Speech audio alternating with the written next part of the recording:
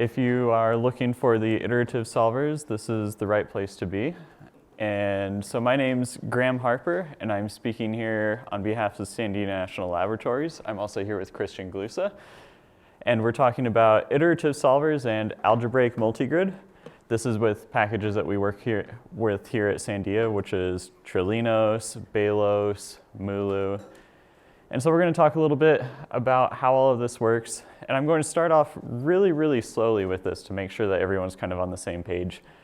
Because what we're looking at normally is when we have something which arises from a discretization of a partial differential equation, what we really end up with is we end up with this large system of equations that we need to solve. And the system of equations has some form ax equals b, where A is some sparse matrix. And when we say sparse, we mean there's only a few non-zeros per row. The way you can think about this is your differential operators. In most cases, the way we talk about them, they act locally. They only act on their neighbors, or at least things that are local to them. And so this is what we really care about, is kind of sparse matrices that arise from this sort of pattern. And if we were to take something like a Poisson equation, and we were to say, okay, I want a discretization of this. In particular, I'm going to look at central finite differences on a uniform mesh just to kind of get started and think about it for a second. Then what you'd end up with is you'd end up with this stencil that looks like 4 times uij, and then you'll have all of your neighbor terms as well. When you do that, that's going to give you roughly 5 entries per row, up to boundary conditions, because of course you won't have neighbors on your boundaries. But what I really want to focus on is sparse matrix formats. For those of you who haven't seen it, I just want to point out that when we look at a matrix A and we want to look at a sparse matrix format for it, I'm going to put some colors in here to kind of emphasize it. If I have this matrix and I look at the first row is red colored, the second row and the third row, all the important information is in the non-zero entries. So what I really want to do is I want to keep the entries that are non-zero, and I want to throw away all of the zero entries. The way you do it is you split everything up by indices and values. So you're going to look over your matrix, you're going to look at everything that has a non-zero value, and you're going to keep that. So your values in the first row are 1 and 2, your values in the second row are 3 and 4, and your values in the third row is just 5 in that bottom right corner. What you're also going to do, because you need some other information about this structure, is you need to keep track of the column indices. So the indices vector is really what's going to tell you about your column indices. That's your 0 and 1, your 0 and 1, and your 2. That just tells you the positions of the column positions of these entries. And then the last thing that you have is something called the row pointer. And the row pointer just tells you where the new row starts when you're looking at these indices. So row 1, or row 0, I should say, starts at position 0. Row 1 starts at position 2, and row 3 starts at position 4. That's what that row pointer does. And that just kind of captures all of the information that we need to really represent this matrix in a sparse format. And so if we want to look at the sorts of solvers that we have, because anytime we have a problem and we want to solve it, we're going to have some sort of system of linear equations, then we need to think about what's available to us. Because we have a few options, and our options are 1, direct solvers. And when I say direct solvers, you can think about something like Gaussian elimination. That's what's going on in the other room right now. That's the presentation by Sherry Lee and Peter Geselles. When you do these sorts of factorizations, you have to be careful because some of these things don't scale as well. If you're doing at least a naive factorization, then you might have something that scales as much as order of n cubed. It's a lot of operations. Normally when you do these factorizations also, if you aren't careful, then you have something that's more dense, and it's not as straightforward to do a parallel implementation.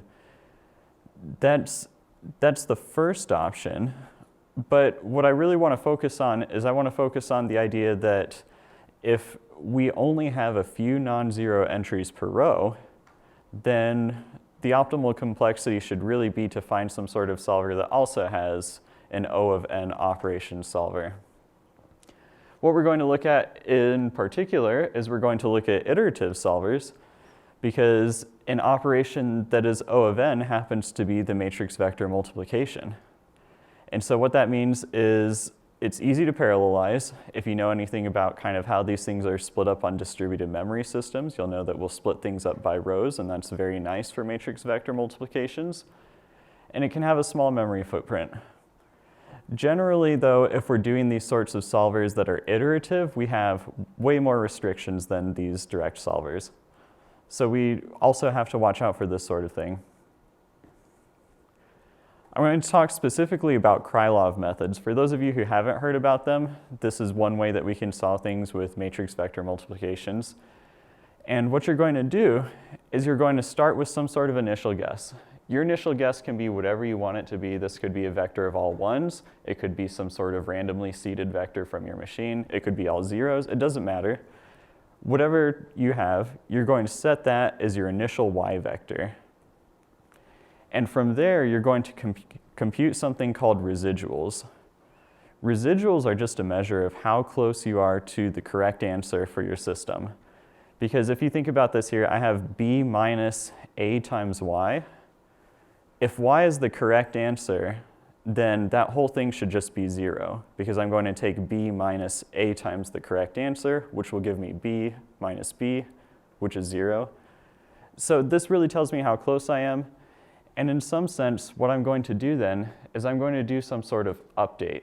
And what I'm going to do is then say, okay, I'm going to take a previous vector, I'm going to add on this residual in some way. When I do that, what you can then think about is this list of vectors can be recombined in a smart way, and we can try to construct our answer in terms of these things. Constructing our answer in terms of these things, actually what ends up happening, because you're applying this over and over again, is not only are you going to have a times your initial guess, but you're going to have a times your first guess, which is in terms of a times your original guess. So you're going to have a times a, and so on. And this is going to then give you this Krylov space. Because now what you have is you have your original guess, you have a times your original guess, you have a squared times your original guess, and so on. This is your Krylov space. Keeping the entire Krylov space around, though, is something that's a little expensive. And so what we're going to do is we're going to be careful about it, because we have some choices and methods. And when we do one of these methods, we also have to be careful about all reduces, because all reduces are this sort of communication across processors that really are one of the time sinks for parallel algorithms. Our first option is conjugate gradient. Conjugate gradient is a nice method because it uses a short recurrence and it doesn't keep the entire Krylov space around. That's one of the most beneficial things for it, because you're going to reduce your memory costs. And it works especially well if your system is SPD, symmetric positive definite, if you've heard of that. But we also have the generalized minimal residuals method, which is GMRes or GMResK. And these work better if you have non-symmetric systems. This keeps the whole Krylov space around. Well, when I say keeps the whole Krylov space around, this is up to restarts or things like that. If you've heard of something called a restart, you can throw away your Krylov space after so many iterations and start over. And so that's what the GMRes algorithm is. And so we're going to look at both of these. But I want to talk a little bit more about kind of how the convergence of these methods works and what we can expect, at least theoretically, for the methods. Because when you look at it for something like conjugate gradient, this is the convergence result for conjugate gradient, what you can say is that after k steps of the algorithm, your error is bounded by roughly how good your initial guess was, but also something raised to the k power. And that thing raised to the k power is the important thing to look at here. So I have a 1 minus and then 1 over the square root of this kappa. This kappa is something called the condition number for a matrix. And so if you're familiar with the condition number of a matrix, it really just measures how hard it is to solve the system. If you haven't heard of this sort of thing before, this also is sometimes related to your spectral radius of your matrix or eigenvalues. Other information like that is also related to this condition number. But the important thing to take away from this is what your condition number means for the problem you're looking at. So I'm going to look at that thing that's raised to the k power again, because if my condition number is extremely large, that's going to be a bad thing for us. The reason it's going to be a bad thing is because that term in the parentheses, I'm going to have 1 over a really, really large number, and 1 over a really large number is going to be roughly 0, and then that's subtracted from 1, so I have 1 raised to the k power, which means I'm not actually improving as things go on, or I'm not improving very much noticeably as time goes on, or as I increase the number of iterations. And that's really the thing that I want to drive home, is that your condition number is actually going to affect how quickly you converge. So big condition number is bad.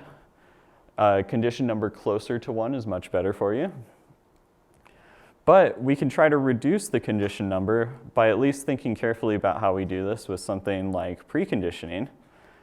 And so instead of solving the original system, instead of solving ax equals b, I can then look at something slightly different by multiplying, say, on the left-hand side by some matrix P. If I multiply on the left, then I have this left preconditioned system, PAX equals PB. There's also right preconditioning, which is the system on the right-hand side.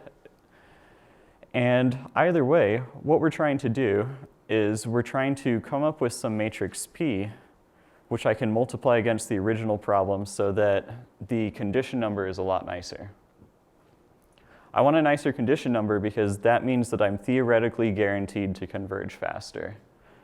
And so I have to be careful, because from a practical standpoint, what that really means is I need to balance a few things. The things I need to balance is that the multiplication with P, it should be comparable with multiplication by A, but I also want it to be as close to the inverse of A as possible. The reason I want it to be close to the inverse is because that means that it'll make my condition number turn out nicely.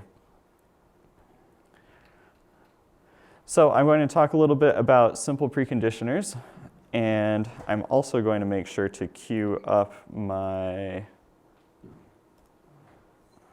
allocation. There we go. Because what I don't want to do is I don't want to end up without an allocation.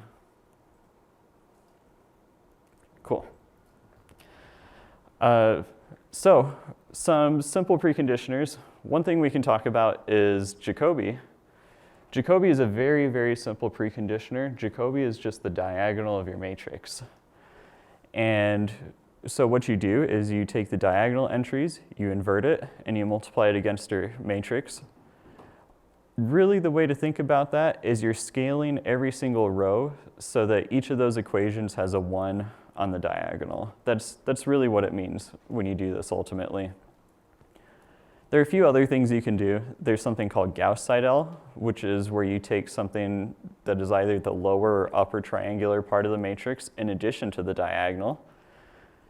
One thing you have to be careful about is that this now requires a triangular solve, because you're taking the entire triangular part of the matrix and you're inverting it.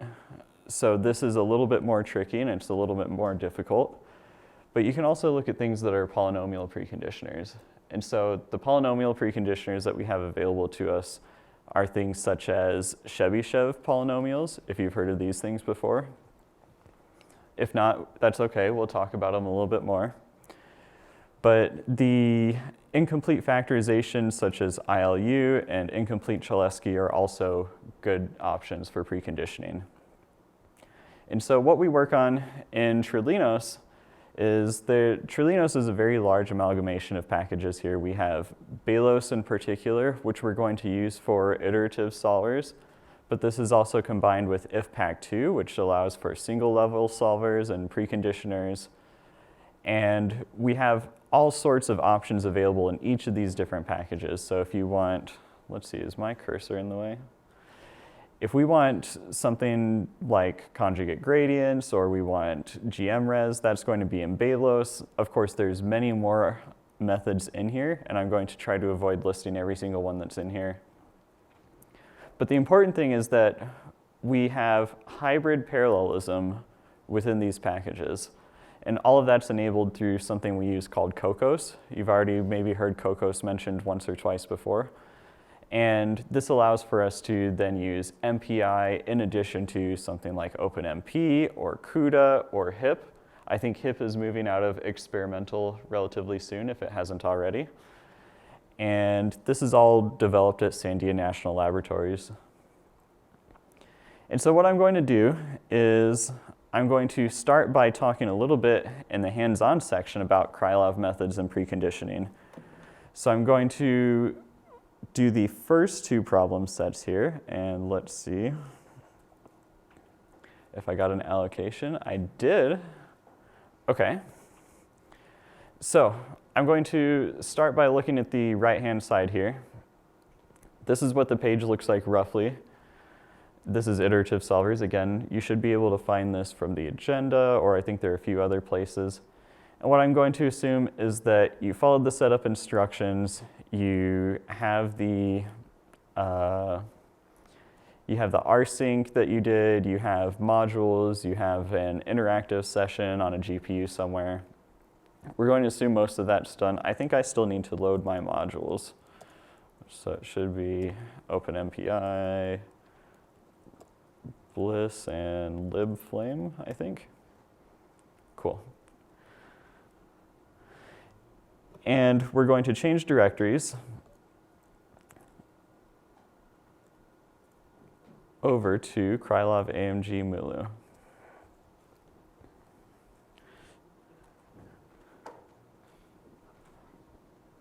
Oh yeah, okay. So what we're going to look at is just a basic Poisson problem with finite difference discretization. And this has probably been shown a lot at this point. I don't know if people are sick of the Poisson problem. I apologize, because here's another Poisson problem. It's really easy to work with. We don't need a lot of setup to throw another Poisson problem at you. So here's a Poisson problem with 0 boundary conditions. We're going to take this as just sort of an input or a given for us, because really what we care about is the linear algebra side of things. So we're going to avoid kind of all the details about the discretization and everything else. And what we're going to be doing is we're going to be using this driver, this MueLu driver GPU.exe, and we're going to be running code from in there. So the best way to test to make sure that you are using this or that you have access to it and it's working properly is to try it out. It would help if I could see. I think I can see. Okay, what you should be able to see is if you type out the executable with a help command, you're going to see a very large array of different command line arguments. All of this is able to be done from the command line, which is really nice. For now, the only options that we're really going to play with are this NX, NY, NZ terms, because this is going to change the size of the problem. And that'll be kind of important if we want to look at timings for things. You could play with matrix type as well if you want something different. And then we also have input decks and timings. So when I say input decks, I mean that when you choose a preconditioner, some of my coworkers refer to it as building with Legos, because there are many, many different choices that you can combine in many different ways. And so you also get the option to kind of play with things as much as you want through input decks. And it sounds like a few other packages also have shown you input decks at this point, so I think that's okay. And yeah, in the timings option, we're also going to talk about timings at some point. If you want to see how our input decks work, then one of the things you can do is you can run a diff on the different input decks that are available. And that'll just tell you kind of how we have things set up. So if I have set1 GMRes and I wanted to compare that with set1 CG, then what you'll see is that really the only difference between these two input decks, without opening them and digging through everything, is that one of them says that I'm using a pseudo block GMRes solver, and one says I'm using a pseudo block CG solver. Otherwise, they're the same files. And so if I wanted to run a solver and I wanted to see how things perform, then the first thing I'm going to do is I'm going to specify an XML, and I'm going to say set1 gmres. And this is going to be our first example on our interactive session here.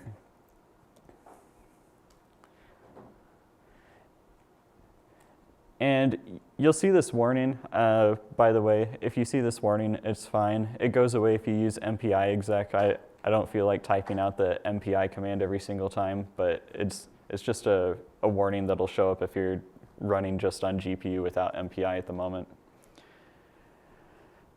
So if I do the Krylov solver with no preconditioner, what you're going to see is we give you this list of iterations in Belos, and it's telling you what your residual is as you go down. And at some point, we reach this tolerance here, or we reach this value here, and then it says number of iterations is 100, unconverged, and if you take a look at it, we were looking for a relative tolerance of 10 to the minus 8, but we actually only reached 10 to the minus 6. And so if you think about this for a moment, what you're going to see is that, okay, this is not a very large problem, but if you don't precondition it, then this takes a lot of iterations to solve. And that's really not something that we want. We really want this to be much more solvable as quickly as possible.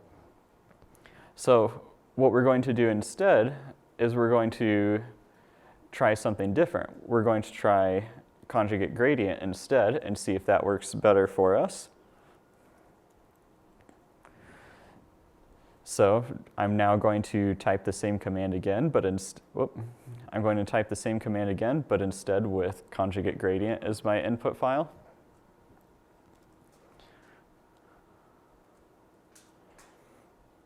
And what you're going to see here is that I still don't converge.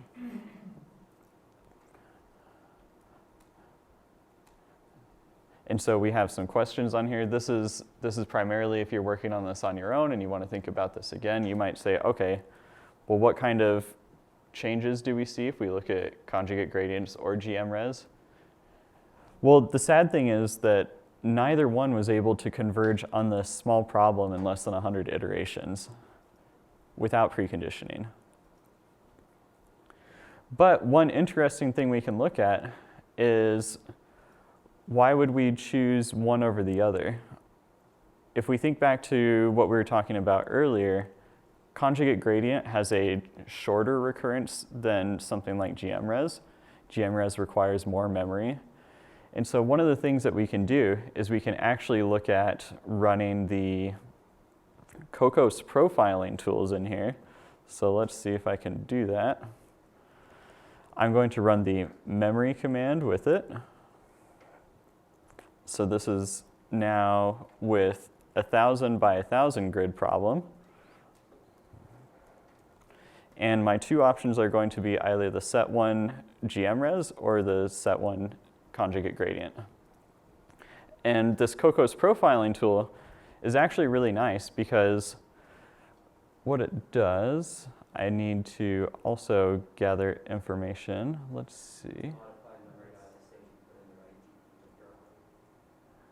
All right. I do have the file in here.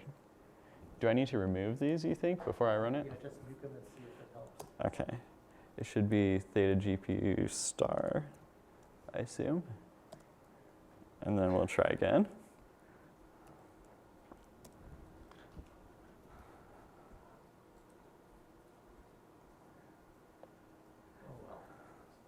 Interesting. What you should see is that it actually gives you the memory usage for both of these runs. And yeah, maybe if you scroll all the way to the bottom and look at maybe the third column should be the running. Yeah. Okay. So this gives you a little bit of a memory profile as to things running over time. And so this memory script isn't working, but what you'll see is that it worked for me if I changed my GPU from 06 to 09, which I'm running on. In memory, not as such. Oh, okay. So it depends on the GPU number. Yeah, I got some. So yeah, so what you'll see is that if you look at the file if you look at the file directly, or if you get the thing to work, what you'll see is that you'll have roughly 453 megabytes of usage with GMRes. And of course, nobody wants to stare at this file directly, but this is kind of what you see if you do look at it directly. And it does say up at the top there, the important thing is the high water, that's column 3, which is what we care about. And so the high water is 453 megabytes. But if I were to run this again, let's see.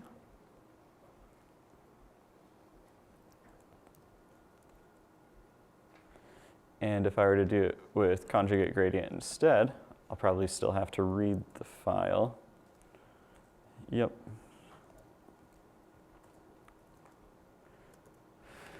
If I do this with conjugate gradient now, what you'll see is that the conjugate gradient memory high water is actually much lower. So in this case, it looks like it's showing 148 megabytes as our memory. So roughly a third of the memory, if I'm doing that right. Anyway, the point of this is really that I just want to emphasize that the amount of memory the application consumes also depends on the choice of algorithm. And so something like GMRes may have preferable properties, such as working in the non-symmetric case, but you also have to be careful because then you use up a lot more memory, and so the maximum problem size that you could run is limited.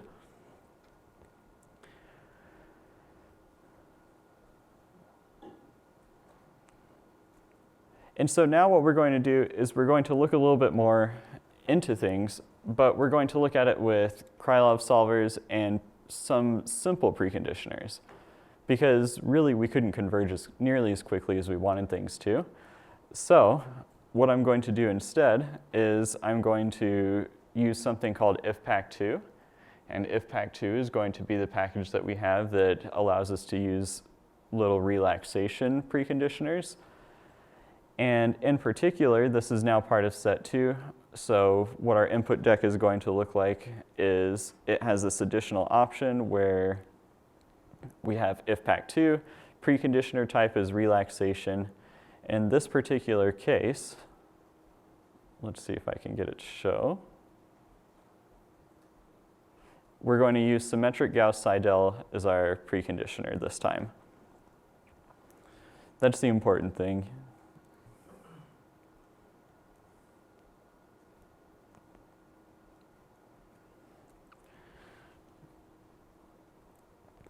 And what you'll see now is that when we use symmetric Gauss-Seidel as a preconditioner, we're actually converging. We're finally within the error tolerances that we were looking for. We converged within 92 iterations now.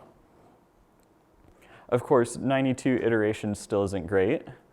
So what we can do is we can try again, and we can run it with 3 sweeps of symmetric Gauss-Seidel as a preconditioner. And the way you do that, in this case, the XML file just changes to SGS3. And when you run that example instead, what you'll now see is that it converges much more quickly. And so we have this notion that maybe the Krylov solvers take a little bit of time, but maybe we can speed them up with preconditioners. And something such as symmetric Gauss-Seidel, we can actually improve things quite a bit. But the last thing we need to ask ourselves then is whether this is a scalable solver. And when I say scalable, what I really mean is my iteration count going to increase as I increase the problem size, or is it going to stay roughly constant? I think most people have a pretty good idea of what it's going to be, but what we're going to do is take that same exact input, and we're going to now provide an nx and ny parameter. So if I do a 50 by 50 problem, you'll see it converges in 27 iterations. I can also do a 100 by 100 problem. If I do a 100 by 100 problem, that then takes 53 iterations. If I do a 200 by 200 problem, now takes 76 iterations. And so if you think about that for just a moment, with the kind of problems that we want to run on extreme scale architectures, or these extremely large machines that we have available to us, then all of a sudden you realize that if I'm running a simple 200 by 200 problem and things are looking bad, then this is not good news still for the scalability. And so you can ask yourself, is this scalable? And it's definitely not going to be able to reach the sort of scale that we want to solve problems on. But you can use the number of iterations increasing with respect to your degrees of freedom to roughly get the condition number of your matrix also. You could think about this and say, okay, my iterations are roughly doubling every time I double my problem size. And so you might be able to work out the math there. And it turns out that your condition number for this problem, for this finite difference Poisson problem, is really just scaling with your number of degrees of freedom. And that's why we're seeing things not scale well with the iterations for these simple preconditioners. So what we're going to do then is we're going to move over to the multigrid side of things, because that's where it gets interesting. All right, let's see. Can you switch on the mic, please? All right, cool. So let's see, slides. All right. So we don't have to fully throw away what we did so far, though. So if we look at this very simple Jacobi iteration that I put at the top that we already saw in some shape or form earlier on, where essentially we update our solution vector y by just taking a scaled version of the residual vector. So the residual vector, the sort of difference between our current solution guess y, matrix A applied to it, and then minus b. That's how far we are away sort of from having solved the system.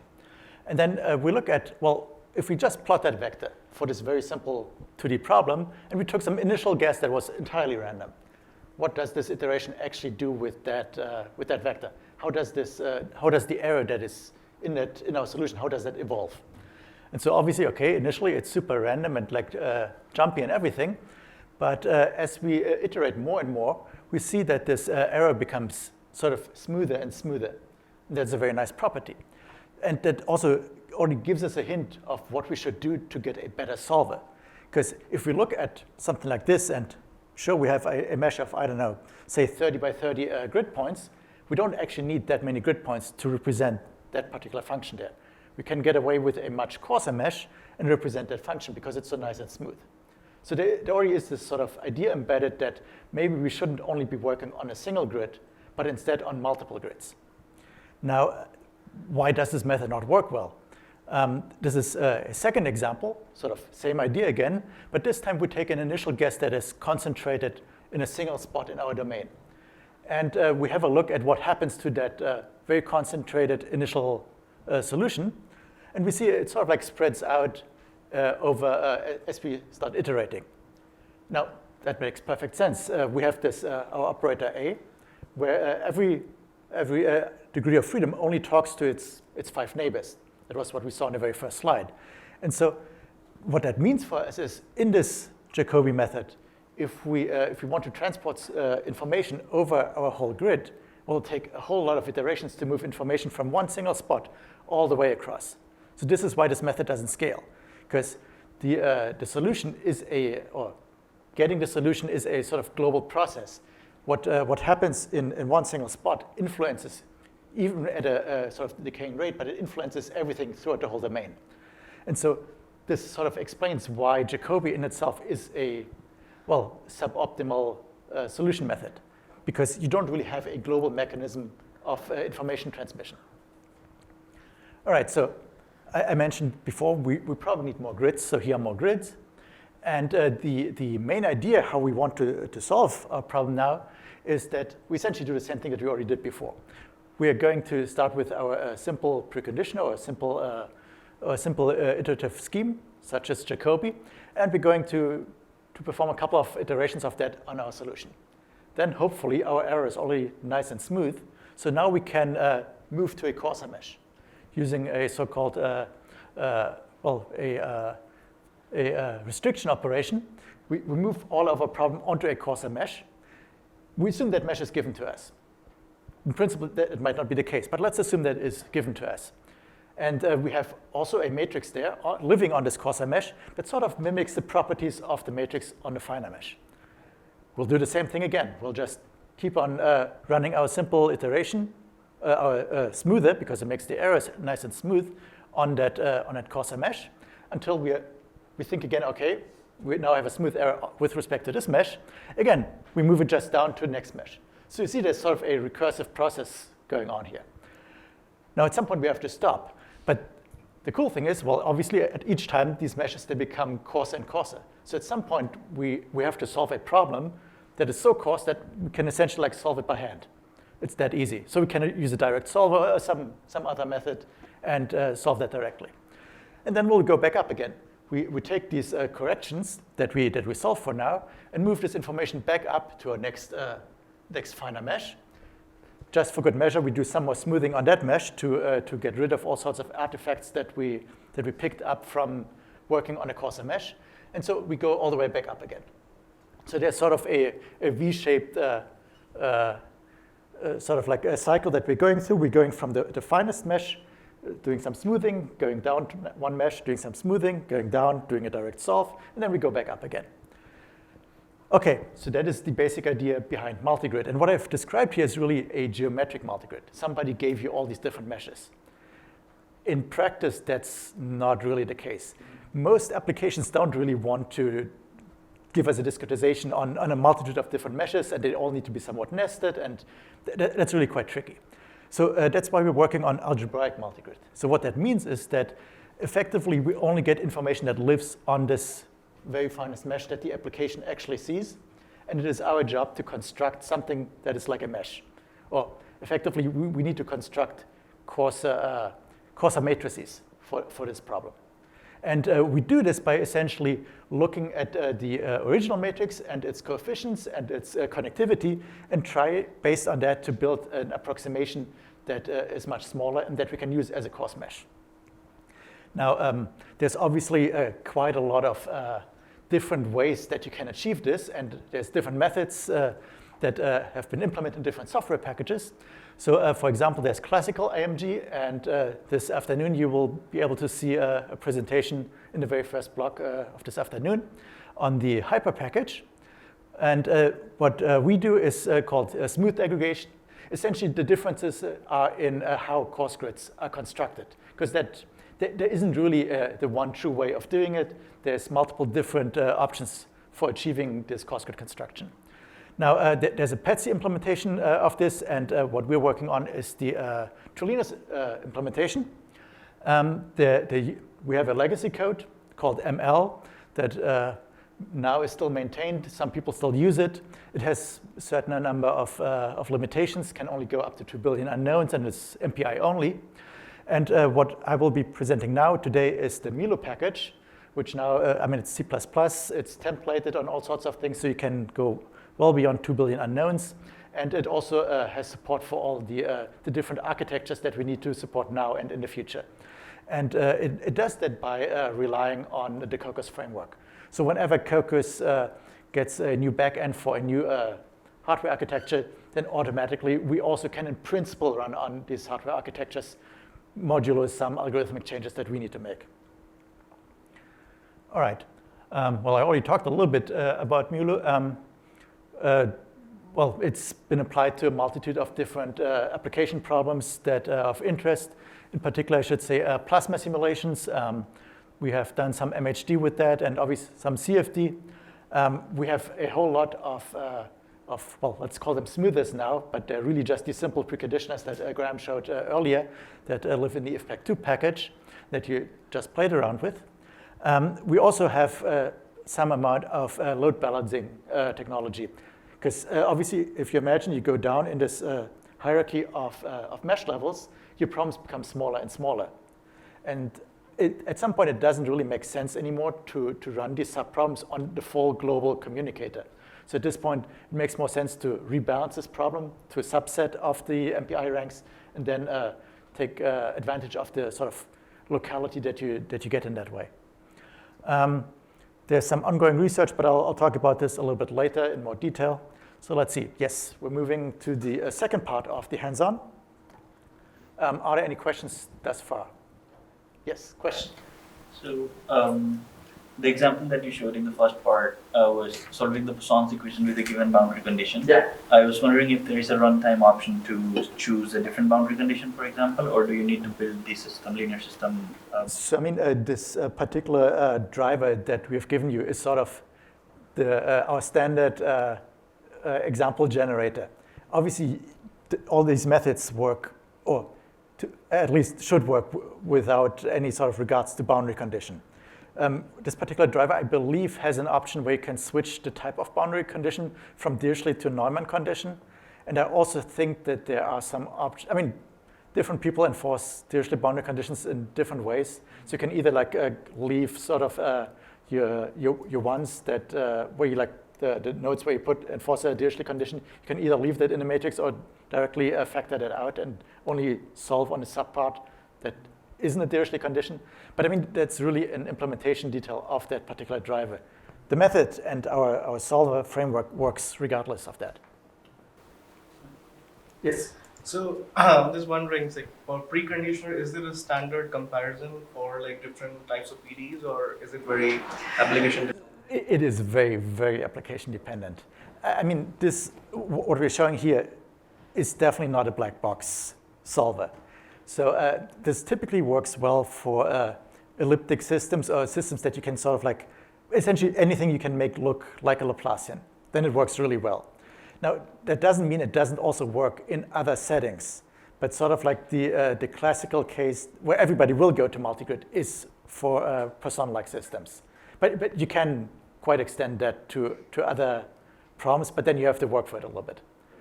And you should certainly not expect to just take your matrix, dump it in there, and expect great performance. I mean, we will see this in a second when we look at the input deck for multigrid. People have mixed feelings about our input decks. So you will see in a second why. All right, let's see. Oop. All right, so we're now in set 3. And what we'll do is we will we essentially switch to a input deck that has a multigrid enabled. And so let's just have a quick look at what it actually looks like. Multigrid Jacobi. So this is an input deck with a multigrid preconditioner, and on each and every single one of these levels that we are generating, we'll be creating a Jacobi smoother, or the simple Jacobi iteration. And okay, so all this block up here, this is essentially the same as what we had before for the previous examples. That's just the CG solver. But what comes down here is now the preconditioner. And yeah, this looks terrible on my screen. I apologize. Let's see, can try to make this smaller, but I hope you can still read this. So effectively, what we have to set, and this is sort of like a very condensed input deck for our method, is we have to say at what point do we actually stop, when are the problems small enough that we want to throw them into a direct solver. We have a bunch of different parameters that sort of describe how we actually cause a problem, what methods we want to use for this. And then somewhere down here, we should also say what we're actually using for this smoothing process. And there it says that we're using a Jacobi method to apply the smoothing on every single level. All right, so let's actually run that. And I'm supposed to run this on a 50 by 50 problem, so let's do that. Yeah, I can't read that screen.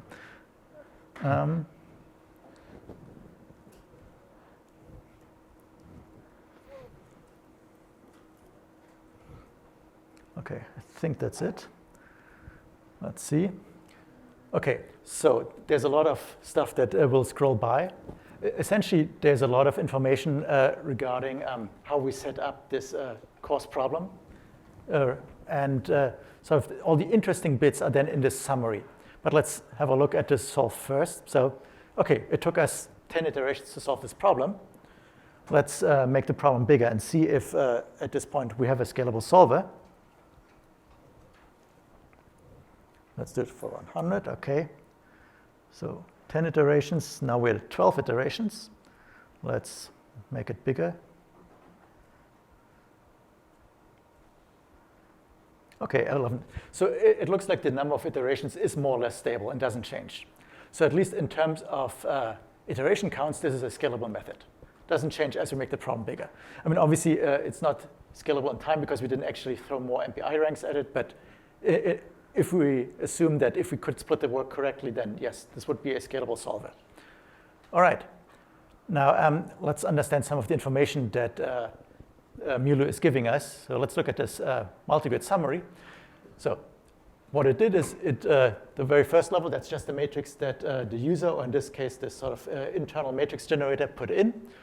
It has a certain number of rows and non-zeros, and then it created the first course matrix, which is now significantly smaller. The number of non-zeros per row did not increase by a whole lot. And yeah, we're always running on one single processor. And then we created a third level, well, a second level, that again has like a very similar density to it. Because obviously we also want to make sure that we don't create coarser levels that become denser and denser over time. That can be problematic. Then the next thing that it says is that on level 0, we created an IFPEC2 relaxation smoother. And in this particular case, that's Jacobi. Same for level 1. And on the second level, we'll use a CalU2 solver. That is also something that comes out of the Trilinos library that is a direct solver. Then up there, OK, there's some summary information. The first thing that we want to look at is the operator complexity. So what is the operator complexity? Let's have a look. I have the formula somewhere. So the operator complexity is the sum of all the non-zeros of all our different levels compared to the number of non-zeros of the original operator on the finest level. So what that gives us is, in some sense, the complexity of applying this preconditioner, if we forget about any sort of different smoother options. This is just the how expensive it is to apply this preconditioner to our problem compared to the original matrix vector product. And so if we have something like 4/3 here, then that says, well, it approximately costs us 4/3 of an original matrix vector product to apply this. But obviously, the actual cost also depends on what the smoother is. So here we have a really cheap smoother, but imagine if we had used something like an incomplete factorization, then obviously the smoother is a lot more expensive. And that is reflected in the smoother complexity, which now takes into account how expensive the smoother is that we use on the different levels. All right. Well, I think I talked about that. OK. Now, we also want to look a little bit now at the effect of different smoothers and also how they perform on different architectures. So this very first thing that we used was this Jacobi smoothing. And let's actually get some timings for that problem. Let's see if I can do that. Well, let's stay with that. And right, just pass the flag timings at the end as well. And then it will spit out a lot of information, not only about the solution process, but also about the solver that we set up in the process. That is way too much information, so we'll just grab out the things that we actually care about. Let's see. Grab.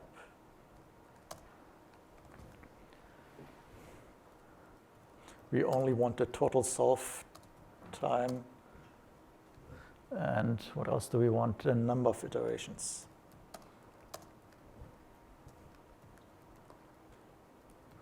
Let's see if I spelled that correctly.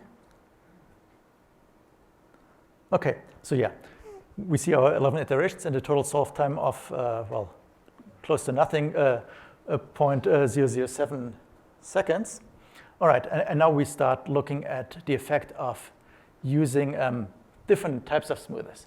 So one thing Graham mentioned were polynomial preconditioners or polynomial smoothers, where effectively you have a polynomial, and instead of sticking in variable x, you stick in your matrix. You can do that. You can take powers of matrices, you can sum matrices, all of that works, and you apply that to a vector.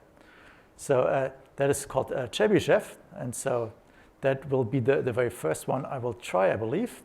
Yes, I'll use this Chebyshev input deck. Let's see.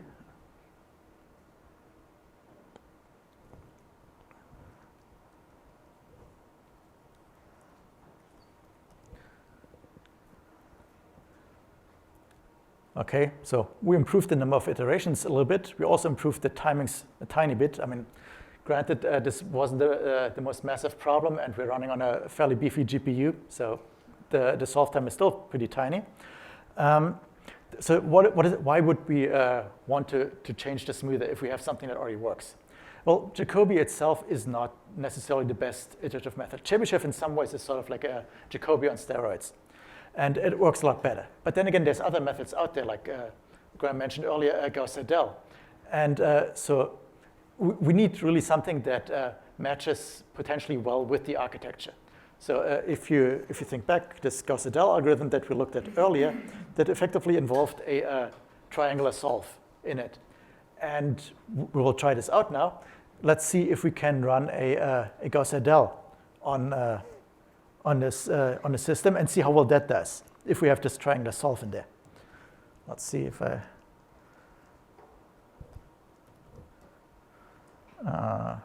Yep, that's probably the one that I want.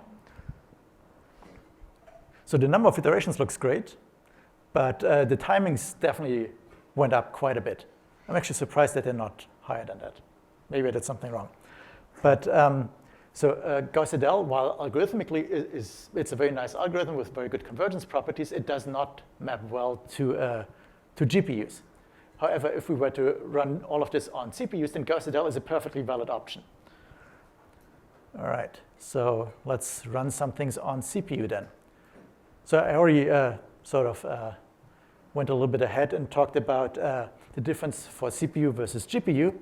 So let's run the CPU-based driver now. So we don't have the underscore GPU anymore, but underscore CPU. Let's see.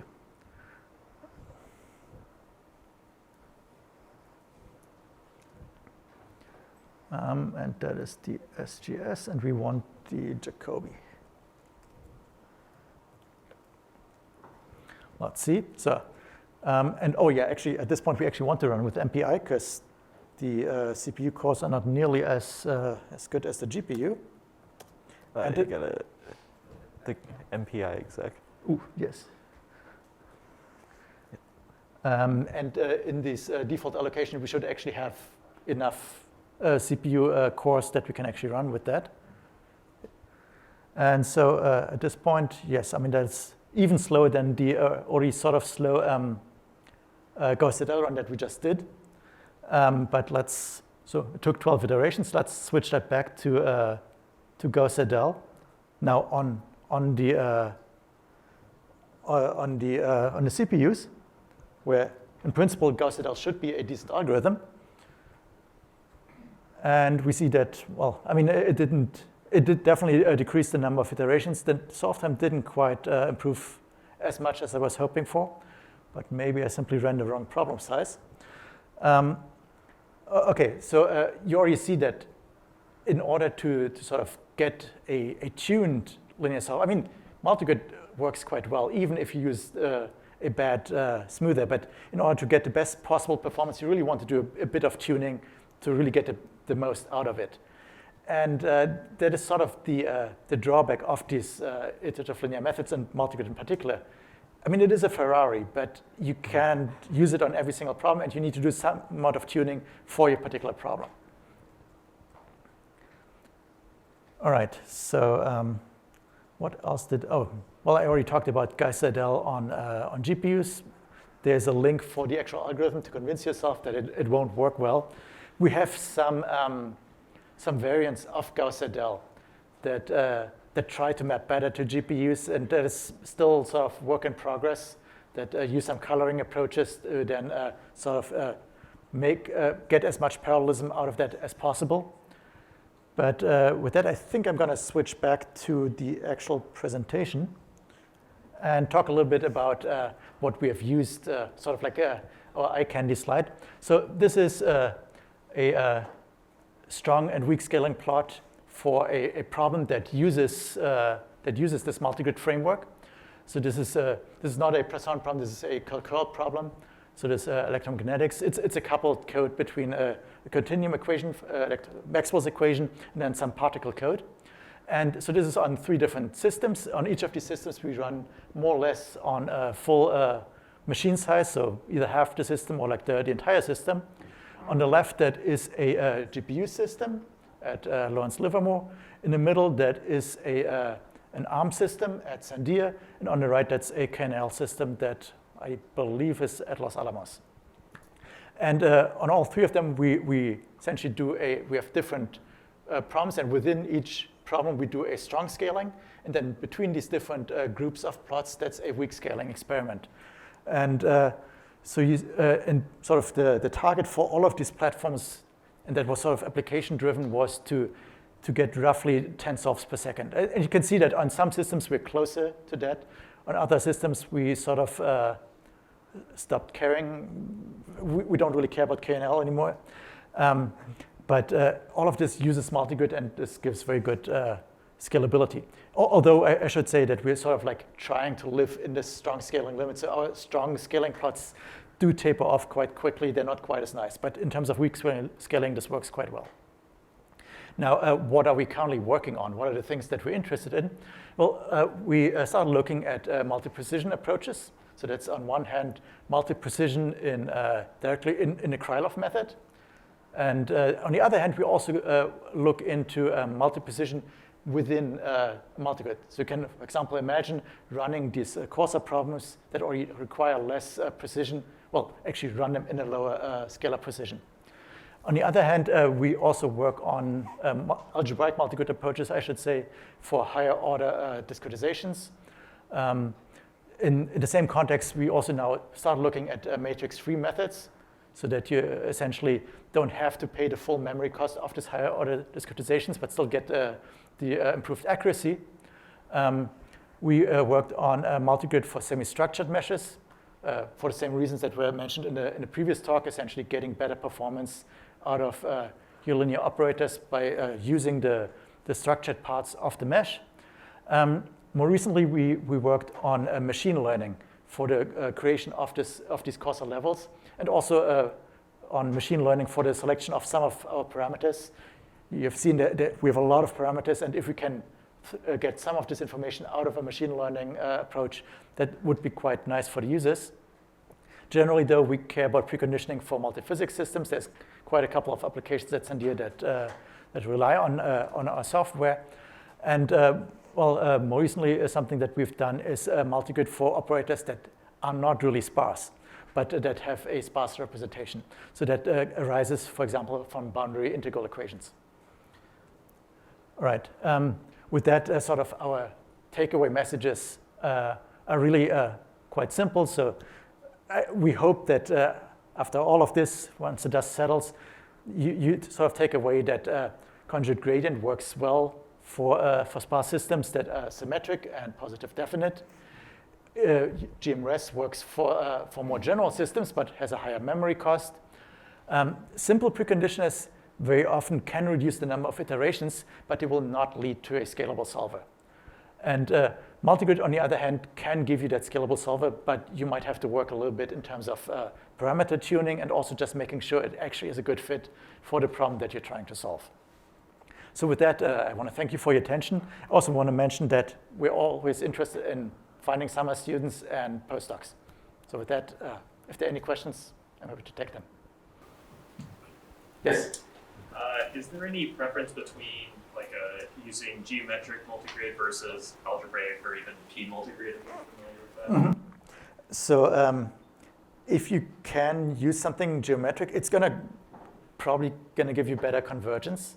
But it obviously puts quite a burden on you in terms of setting that up, because you need to assemble all the single levels yourself, and you also then need to set up the restriction prolongation operators going between the levels yourself. If you can do that, and for example, you gave the example of P multigrid, that's even better, because then you can also do all this matrix-free stuff. That's essentially what we're doing. We're essentially going with a more geometric approach with P multigrid down to first order, and then we're throwing that into our algebraic multigrid. Okay. Yeah. So what factors dictate where do we stop with the coarsening? You can decide that yourself, but in principle, you want to make sure that you coarsen the problem all the way down to a point where you can easily solve it with a direct solver. So it might be that you really coarsen it down to a matrix that can live on a single MPI rank. Super, you can certainly solve problems that are a little bit bigger than that, but essentially you want to move it down, that the direct solver doesn't take forever and can solve that quickly. No. So. Related to that, I was going to ask how you handle coarsening the communicators. Right. So what we're currently doing is essentially as we move down and our problems become smaller and smaller and the density essentially more or less stays constant, we have criteria that once your matrix size becomes small enough, we will take this whole problem and move it from our global communicator to a subcommunicator that now again has sort of the appropriate size for a matrix of that size. There's obviously quite a couple of different factors that enter that, because you need to take into account that on one hand there is an additional data movement within your hierarchy, and on the other hand you also then obviously get a better cost of the matrix vector product on this rebalanced operator, because you can make sure that there's better locality in terms of communicator size. Thank you again.